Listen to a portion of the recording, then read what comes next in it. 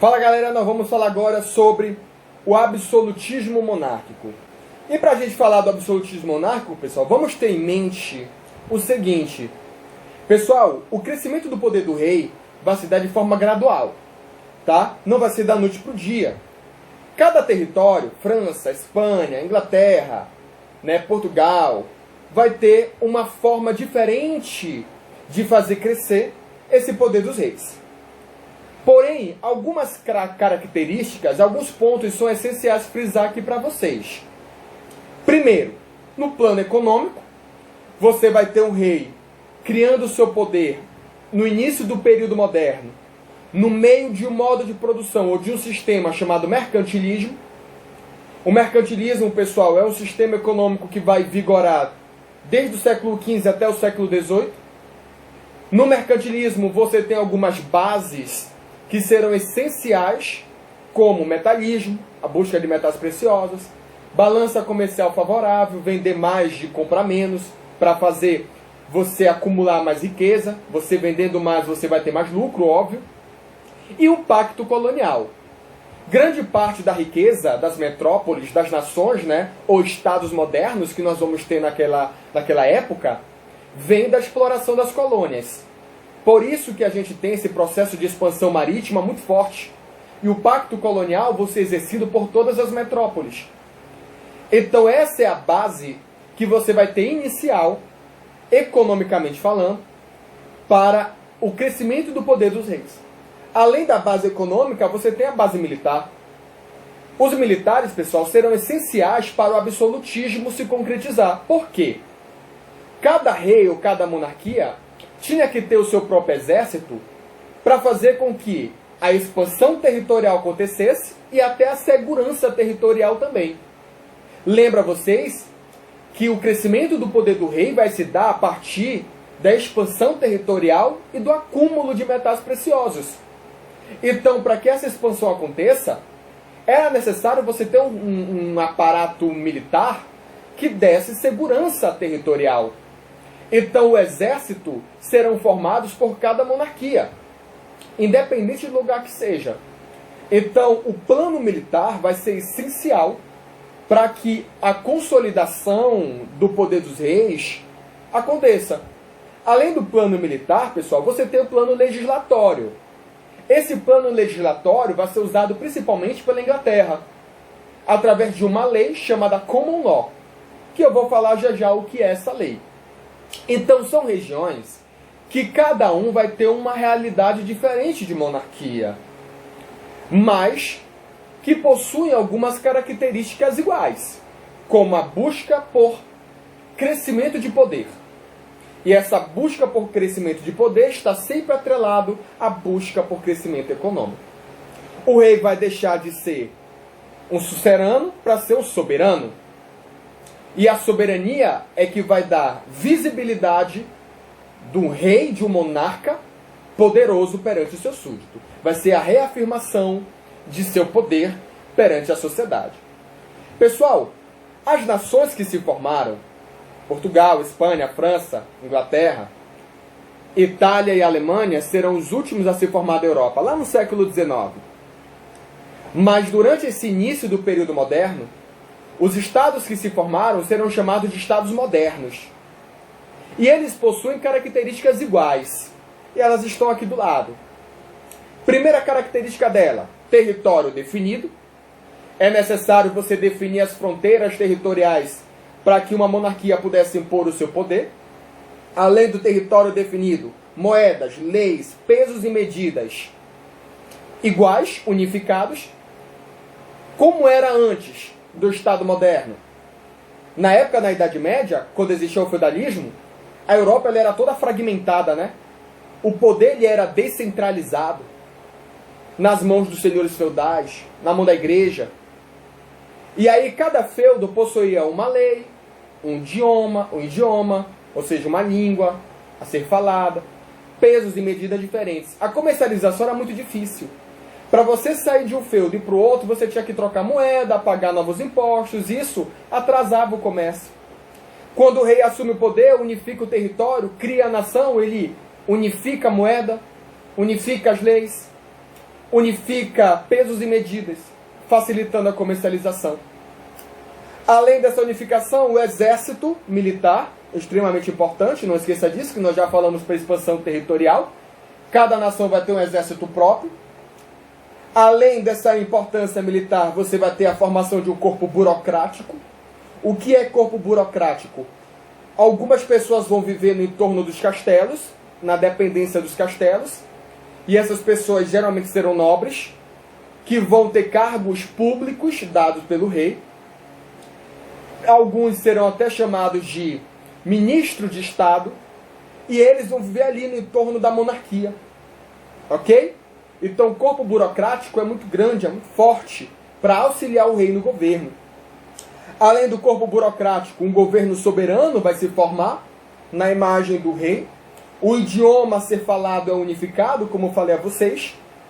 A criação de órgãos consultivos. Para que servem esses órgãos consultivos? Para aconselhar o rei no momento de tomada de decisão. Eles não têm poder político de decisão, de tomada de decisão. Eles vão ser apenas para aconselhar. Todo o território, como a monarquia, tende a ter um órgão consultivo. Até aqui no Brasil nós tivemos um também, tá? Na época de Dom Pedro I e Dom Pedro II. Além do órgão consultivo, uma corte real, tá? A corte real, pessoal, é todo o aparato técnico, político e social que acompanha o rei. E é muita gente. É o rei, a família, mais umas 10, 15 mil pessoas. Tudo isso faz parte da corte real. Por isso que quando a família real veio para o Brasil, desembarcou, né? Dom João VI, a família todinha e mais 15 mil pessoas da corte portuguesa. Então a corte real era grande, bem expressiva, e que viviam à base do rei. Ok? Pessoal, cada território, como eu falei a vocês, teve uma realidade diferente. Se você for me perguntar, professor, quantas monarquias existiram na Europa? Muitas, pessoal. Portugal, Espanha, França, Inglaterra, Itália, Rússia. São regiões que possuem sua própria monarquia. A Rússia, no caso, tem o poder dos czars, né? Dos imperadores, mas não deixa de ser uma monarquia. Mas cada uma formou-se de uma forma diferente. Formou-se por um caminho diferente. E nós pegamos duas principais, Inglaterra e França. As duas mais poderosas monarquias da história. Mas com realidades diferentes. O poder do rei se constituiu lá na Inglaterra através de leis. Entre essas leis eu destaco a Common Law. A Common Law é uma lei comum, que vigorava em todo o território inglês, que eram impostos por juízes, a mando do rei, passavam a impor o poder, obediência e veneração ao rei. Essa Common Law, ela acabava dando base para o poder do rei, do monarca. Só que existiam alguns monarcas que eram incompetentes, como um que entrou para a história, chamado de João Sem Terra. Ele tem esse nome porque durante todo o seu governo, ele empreitou uma série de batalhas em busca de novas terras, mas não conseguiu vencer nenhuma. Gastou muito dinheiro com o exército e saía perdedor. Então isso acabou fazendo com que um conselho de Estado, chamado Grande Conselho dos Barões Feudais, começasse a criar uma série de limites para o poder dos reis. Criou-se um documento chamado Magna Carta e passou-se a impor essa Magna Carta para o rei. E o que é que dizia a Magna Carta? O poder do rei será limitado às ordens do Conselho dos Barões Feudais. Esse conselho que vocês estão vendo aí é o início do que futuramente vamos saber ou vamos chamar de parlamento. Então, o poder dos reis começou na Inglaterra de forma limitada.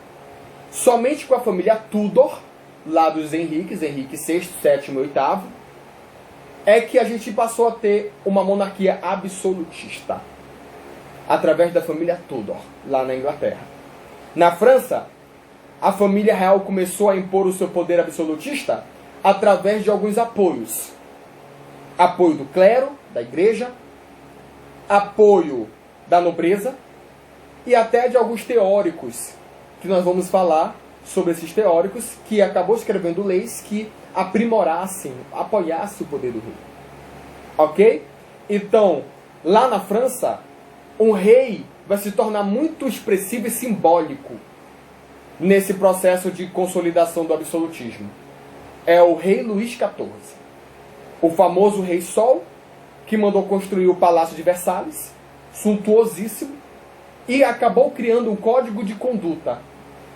Essa ideia de fazer veneração quando o rei passa, né, se ajoelhar, essa questão de saber se comportar diante do rei, foi tudo criado pelo Luís XIV.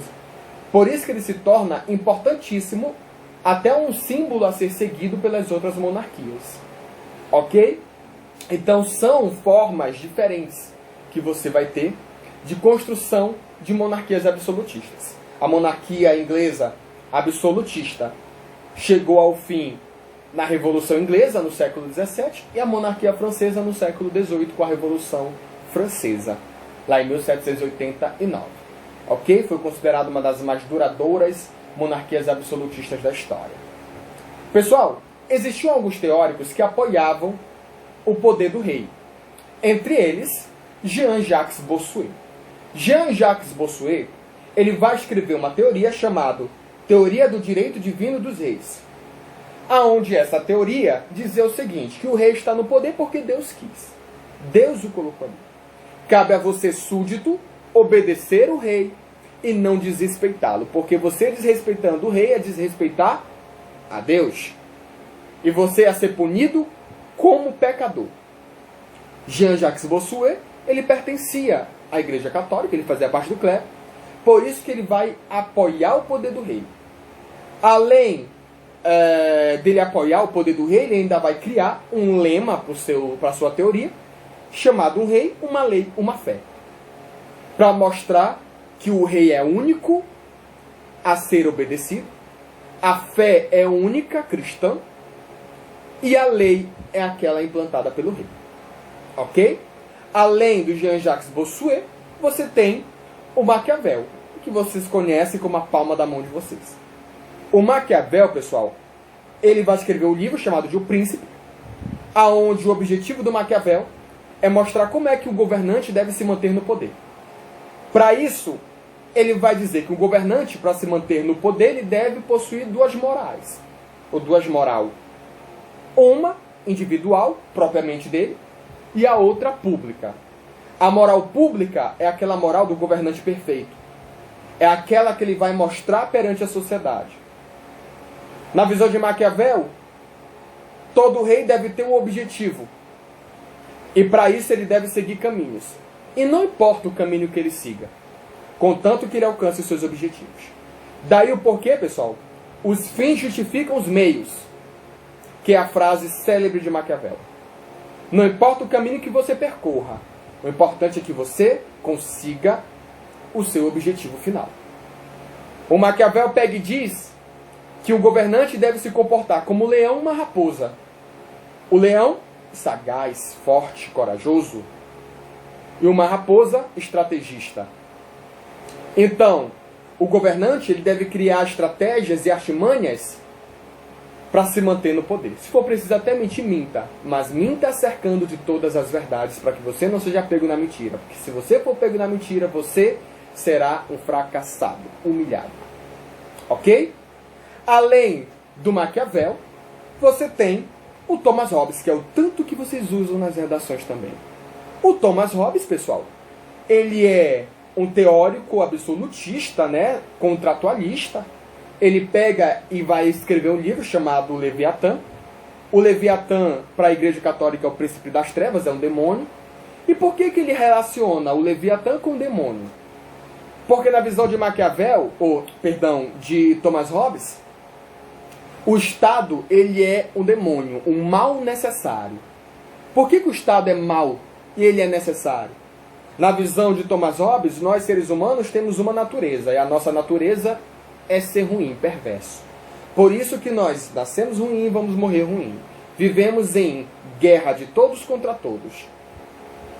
E para que esse conflito amenize, o Estado foi criado.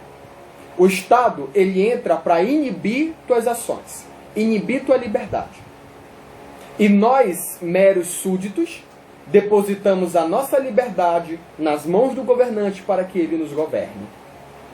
Por isso que ele cria leis que limitam o nosso comportamento. Nós não podemos fazer tudo o que queremos, porque existem leis que proíbem. E essas leis limitam a tua liberdade. Foi criado pelo governante e nós somos obrigados a seguir. Por isso que na visão do Maquiavel é um mal, mas que é necessário para que a humanidade consiga progredir. O nome dessa relação entre o súdito e o governante é chamado de contrato social. Ok? Obrigado pela atenção de vocês. Qualquer dúvida, estamos aí. Tchau.